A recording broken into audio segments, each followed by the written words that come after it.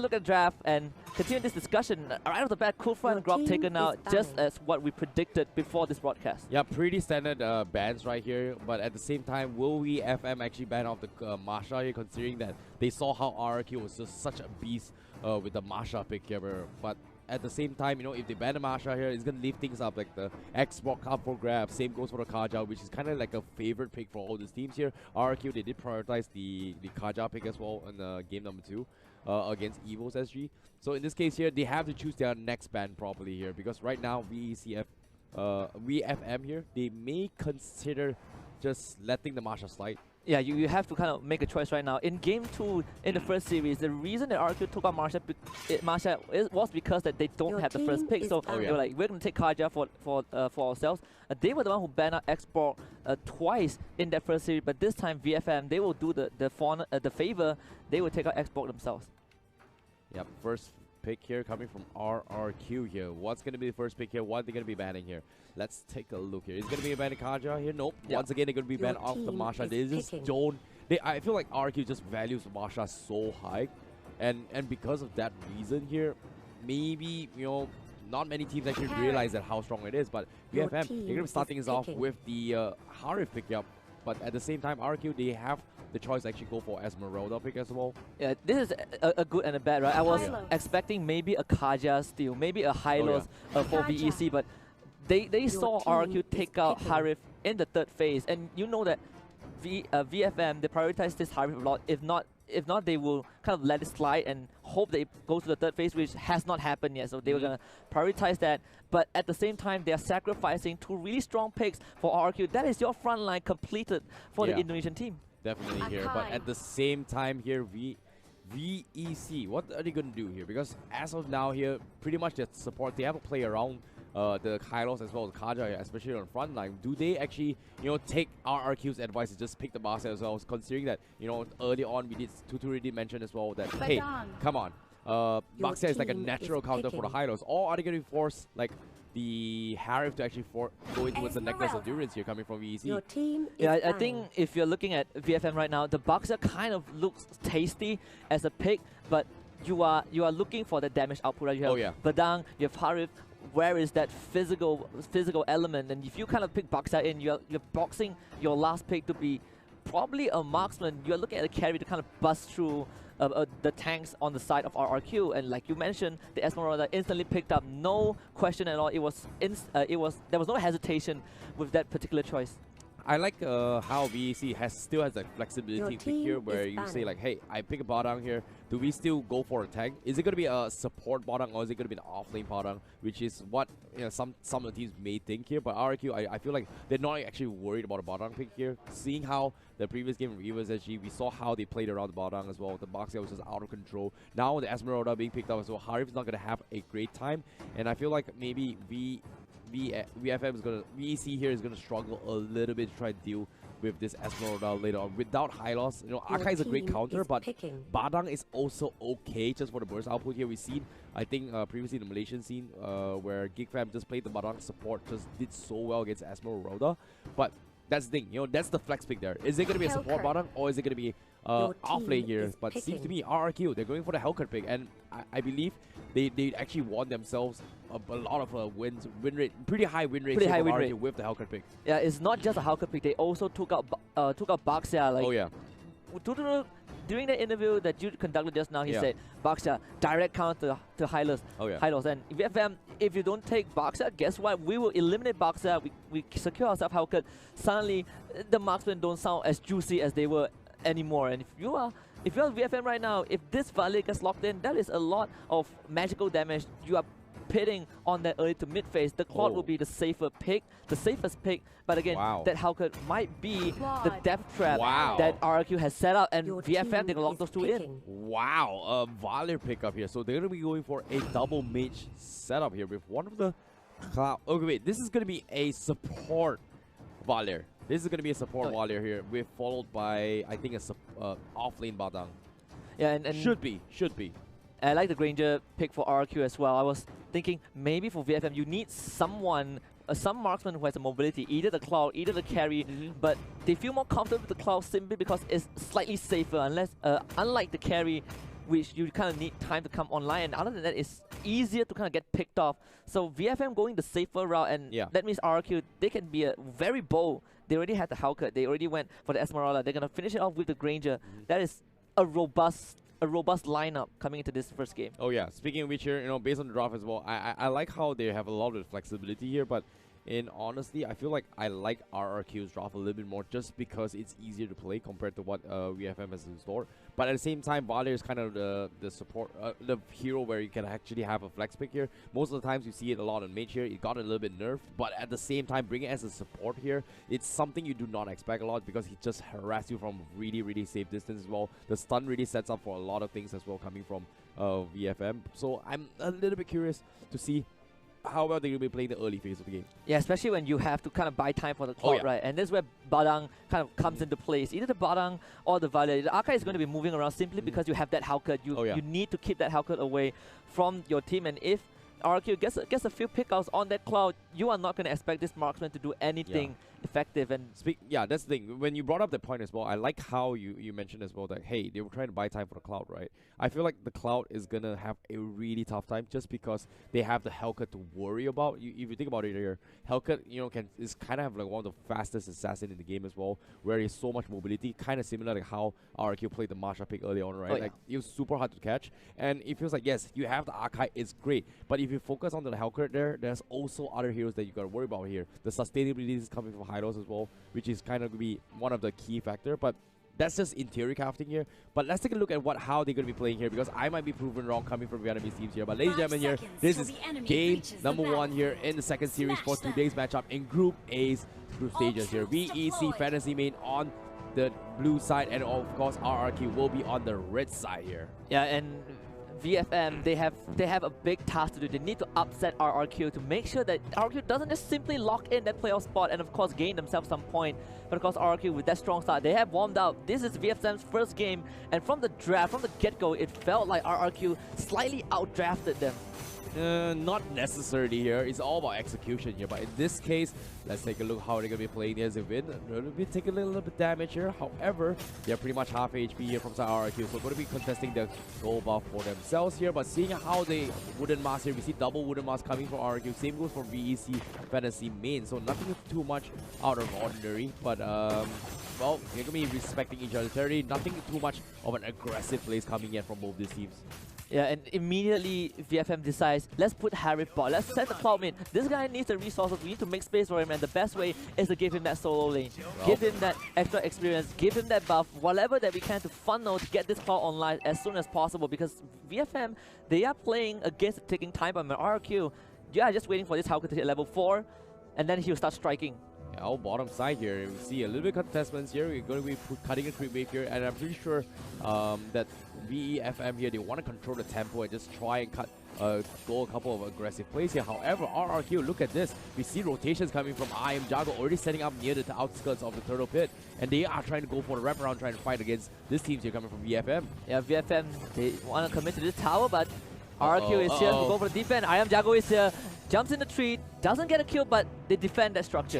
Yep, nice disengagement here coming from VFM. They tried to go for a commitment here, but RRQ managed to stop them in the track, which is really nice. Zaman Frost was kind of baited out as well. This is going to buy a little bit of time here for RRQ to get up those farms here, especially from the side of Jago. But hold that thought for now. Brawly, will he get scouted out? He might be in some trouble, but he's going to be fine. Yeah, and the rest of RRQ, they are coming, like you mentioned, they're setting up the turret. They stalled out that tower for a bit longer, and now VFM, they managed to get a tower. They're coming into the turtle, but guess what? RRQ, the strike, the lights gets turned off, and immediately they're gonna pounce in, try to go to the first build. Lucky we were taken out, the value out of the picture, but High will be able to beat that front line for now. It's a 1-for-1 so far, but RRQ seems like they've isolated High, and High has nowhere to go. Double kill for the Hellcat, and RRQ, they want to go for more. They smell blood in the air. Team X has to jump away. VFM, they concede 2 kills, and they will concede the turtle as well. Nicely done here coming from RRQ, and it's not over yet here because T-Max is going to get dived out. He's got no Hurricane Dance, and he will get bursted down, unfortunately here. And Teeny is trying to go for a big wombo combo here, but let's take a look at the replays here because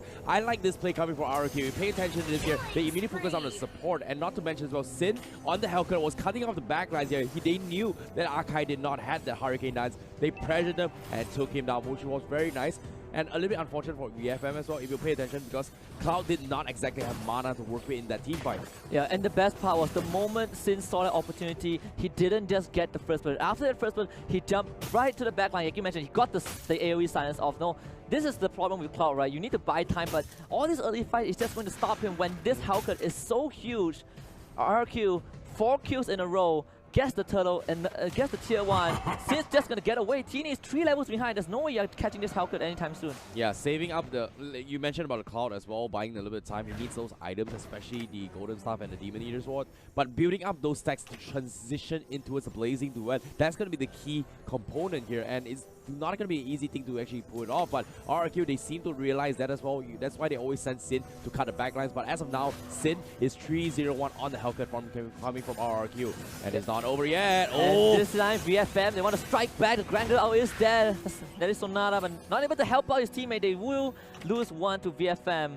Yeah, 2 times in a row here coming from Win, getting taken off here. Good catch there coming from VFM, but it's only a support there. The key one is going here, and Sin getting a solo kill on Cloud, and that's going to be unfortunate there. And he's got 4-0-1 right now. And this is the nightmare that we've been talking about for VFM. They're playing on taking time moment. This 4-0 on Sin has just accelerated that critical mass period. VFM, they need to somehow buy more time, and we keep repeating they have to buy time, they have to make space, but space is being constricted because RRQ are getting all these objectives across the map. Yeah, I agree. And Sin as well, because he went for the high end, right? It's as Emblem, right? As alone himself, this Hellcat is going to be able to take down any hero from the side of VFM, especially if they're alone here. That's exactly how the Cloud die. But now, once again, the turtle will be secure from the side of RRQ. This time, Iojago wants to pick a fight here. They're going to try and lead the charge with this Esmeralda. Will they actually catch any members from the side of VFM? But VFM, they're playing on the retreat here. They're losing the economy at least 4k deficit here, coming from VFM and RRQ. And just perfect game sense from RRQ. Sin, he saw VFM pull off a collapse in the middle lane, realizes, okay, the front line, they're all gone from the side, from the blue side. Cloud is definitely isolated. Let me just go and pick him up. And that's what happened that led to Cloud's death. Now it's going to be RRQ again gaining the lead. They're going to extend this goalie as much as they can. They're not in a rush. They already hit that critical mass earlier than expected. Now Hylos going to get the pull as well. Lucky, not so lucky this time. Hylos will be the one taking that out. Yeah, nice divine judgment there coming from RRQ, catching off Lucky, like you said as well. But like I said, you know, the Cloud needs more items. Demon Idol up already. Cloud, Broly's gonna go lead the charge here. How do we do this here? And they're gonna fight this. Harif, he's doing his best. Hyde will not be able to get any kill onto Liam. This Hylos is pretty much unkillable at this point. You need more commitment. Thank God that Sin was not there, but even so, it kind of proved that how RRQ are so far ahead that VFM just was ineffective against them, and because of that, Sin again making space. You're kind of playing like they're trying to play like this Marsha 4-1 composition, even though it's not the Marsha, but because again Sin has such a big lead, he can go across the map.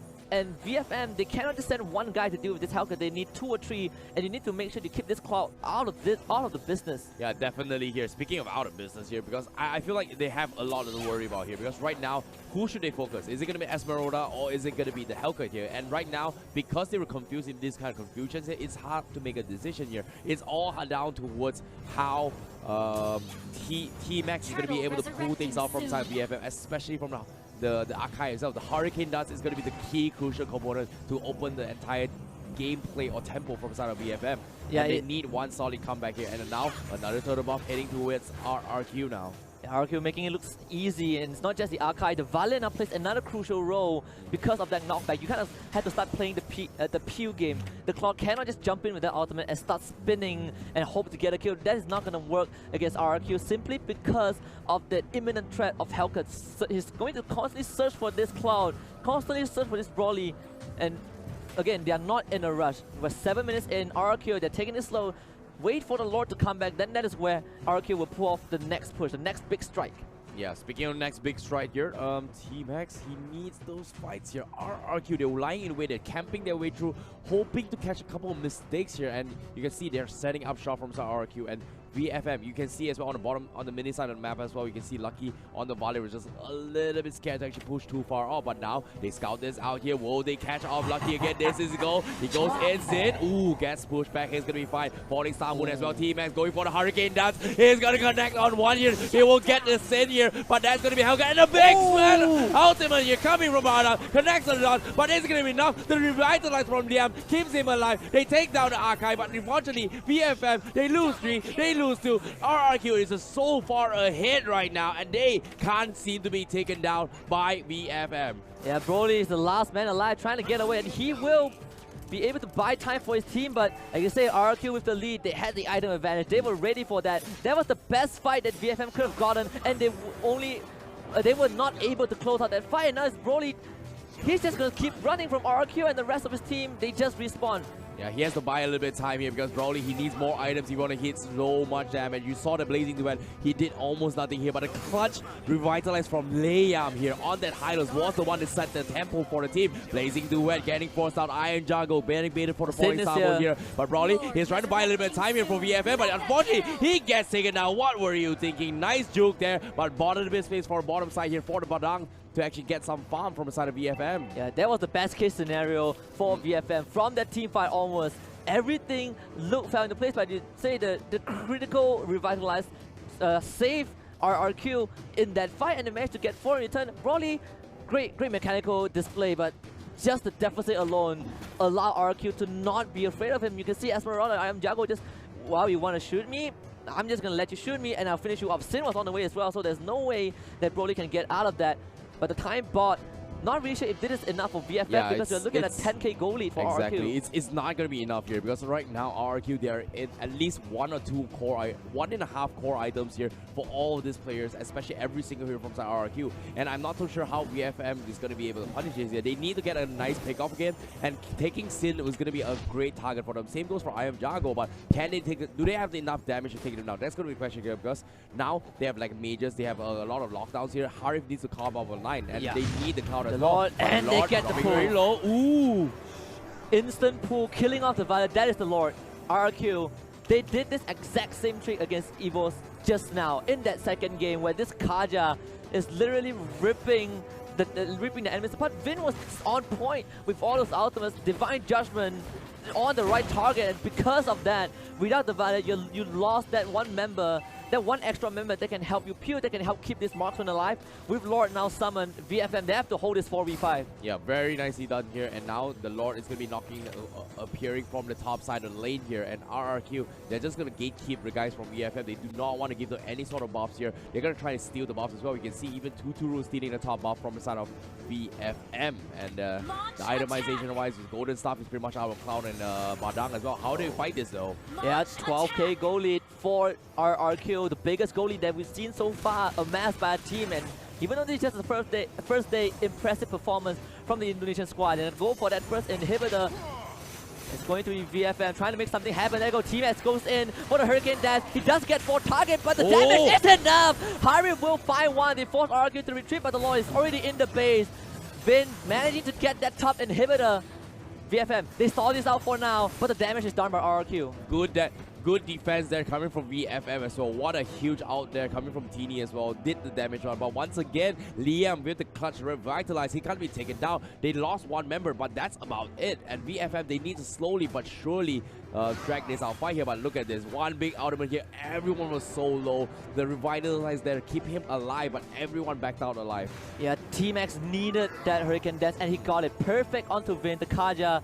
That hero could have been the Vin could have been the guy to end it off of VFM. So VFM bought themselves some more time to stay alive in game 1, but the odds are still stacked against them. Yeah, definitely here, but like you said as well, the Lord knocked down. They lost 1 tier 3s up top here, but VFM, if they drag this ultra late game here, the Badang and Cloud is going to come up online. As compared to Granger, it doesn't really do as much as compared to what Cloud and Valda is going to be offering in terms of overall damage output towards the ultra late game. And Tuturu, they know they want to end this game here. They're going to go force out another BOD, but look at this, the fight. And this is what VFC want to do.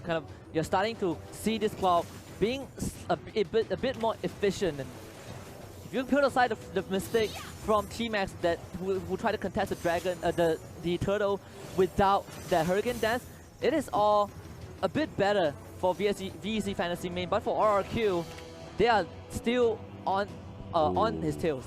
That's a crucial item here coming from EFM. Divine Glaive up onto its height already on that Harif, and the Harif is going to pop up a little bit more. And Tuturu also getting the second Blade of Despair as well in this next team fight. This is going to be a crucial fight here coming from VFM and RRQ, and they have the dominance eyes on Liam just to try a little bit of slow to actually buy time for the team to actually snowball their way through. But VFM, they just need that one lucky hero. It's either Xin, Tuturu, or even I Am Jungle to get picks off first. This is where they will slowly make their comeback, if and only if they pull it off. And this is where T-Max and Teeny need to make the same magic trick again. They need to go Houdini once more, but this time they can't just get Vin. They can't just get one member from RQ. They need to get the course. They need to at least be able to kill off half of RQ to even have a chance of staying alive. And with the all stacked against them right now, with how things are, Tuturu is just going to continue the split push on the top side of the map. And VFM, they are far away from base. This is where RQ can consider collapsing on them. But luckily, Sin is not around just yet. Oh, they have Immortal Arm Liam. They're not afraid here, but unfortunately, the buff actually gets stolen. Oh, no. VFM, they needed that buff here if they want the win the next 2 team fights here. And RRQ, but they found someone. But Hurricane Dance. And it's going to be VFM pulling the trigger once more. They're going to go for Vin. Vin somehow survives to revitalize Liam in everyone, but there is it! Vin and Esmeralda will kill off 2 members of VFM while the rest of RRQ stay alive. They find the fight that they need, and guess what? This is the second Lord for RRQ. Oh, nicely done there from RRQ. Great attempt there with the Hurricane Dance, but unfortunately, it was just too hard to fight here. The Hellcat is just too great to go. Divine Judgment on Bright Wind here, but he doesn't care. He's got an Immortal. He can tank the tower. Why not? Worth it here. Tuturu gonna poke the tier 3s, and slowly but surely, they take the Lord as well on RRQ. They're thinking about closing the game, but Tuturu, oh! Wow! The Death Sonata from Tuturu. Here comes Iron Jago. He wants more. Tier 3s are down. Another one in the middle. VFM, how will they defend this? Lucky and Teeny still alive, but the Crystal is gonna be game. RRQ takes game number 1 in this second series. Yeah, you give them a step, they